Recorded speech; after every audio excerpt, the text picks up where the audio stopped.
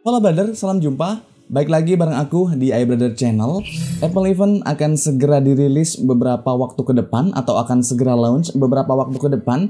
Tinggal menghitung hari aja. Ada iPhone 14 yang tentu kita akan nanti bersama. Kayak gimana desain, spesifikasi, dan fitur-fitur yang tertanam di dalamnya. Namun sebelum Apple Event tiba, ada isu teranyar tentang iPhone 14 series. Yang katanya ternyata desainnya itu nggak seperti yang udah kita tahu beberapa waktu yang lalu. Di menit-menit akhir ini ada isu yang mengejutkan kalau desain punch hole-nya itu nggak seperti yang kita perkirakan. Lalu kayak gimana update terbaru informasi mengenai isu dari 14 series ini? Kita akan lihat di iBrother Channel.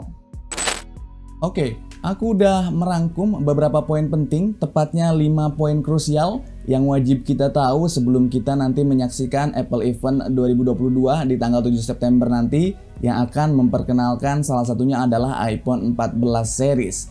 Poin yang pertama adalah iPhone 14 series tidak ada versi mininya. Artinya kalau kamu pengen nyobain iPhone yang compact, kamu bisa memilih iPhone SE series, iPhone mini 12 atau iPhone 12 mini, atau mungkin iPhone mini yang terbaru, iPhone 13 mini. Karena di 14 series ini nggak ada versi mininya. Oke, aku coba lihat line up dari iPhone 14 series. Yang pertama adalah iPhone 14. iPhone 14 reguler tentunya.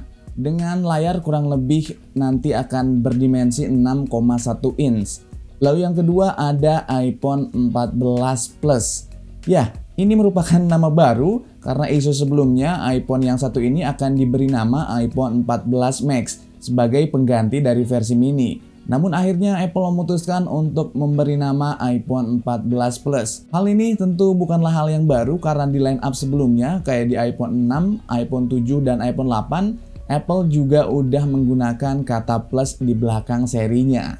Untuk luas layarnya sendiri, iPhone 14 Plus diperkirakan sekitar 6,7 inch.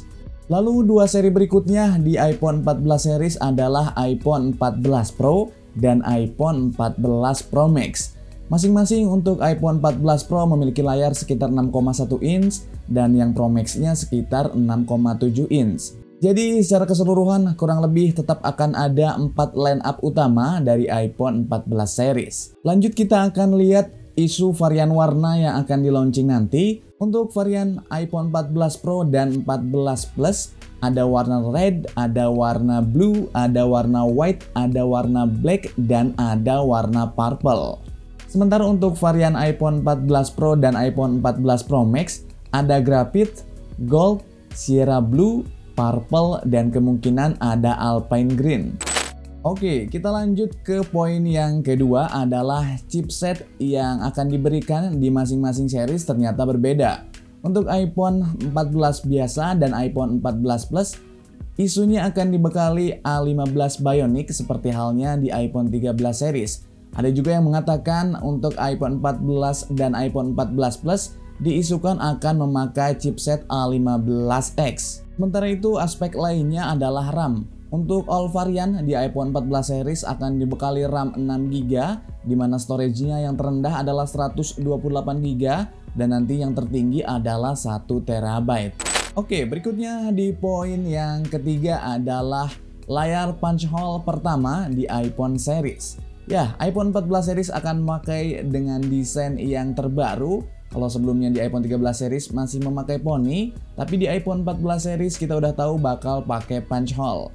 Namun menariknya di sini, menurut isu yang beredar dari Om Min Ching-kuo, masih dari beliau, bahwasanya kalau iPhone yang memakai punch hole hanyalah iPhone seri Pro antara iPhone 14 Pro dan iPhone 14 Pro Max. Untuk iPhone 14 reguler dan iPhone 14 Plus masih memiliki desain yang sama kayak iPhone 13 series yang masih menggunakan poni. Namun urusan punch hole ini ternyata ada info menarik di menit-menit akhir ini. Seperti yang tadi udah aku coba singgung di opening di awal. Kalau sebelumnya kita udah tahu isu yang beredar beberapa bulan ke belakang, punch hole yang akan digunakan adalah dual punch hole atau double punch hole. Yang satu membentuk garis dan yang satu membentuk dot atau titik yang seolah-olah membentuk huruf I. Tapi ternyata isu punch hole dengan dual punch hole atau dengan double punch hole itu kurang tepat karena ada informasi terakhir yang menyebutkan bahwa punch hole yang akan dipergunakan di iPhone 14 series nantinya adalah punch hole yang cuman single punch hole aja.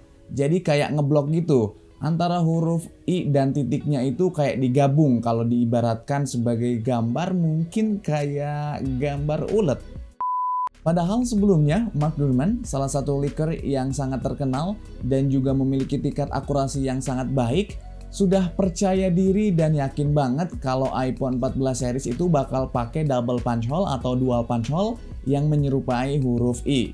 Di sisi lain, ada juga informasi yang menyebutkan kalau ternyata punch hole-nya itu tetap dual punch hole, cuman ada software yang menjembatani, jadi punch hole antara titik dan garisnya itu bisa diatur oleh software sehingga bisa jadi single punch hole.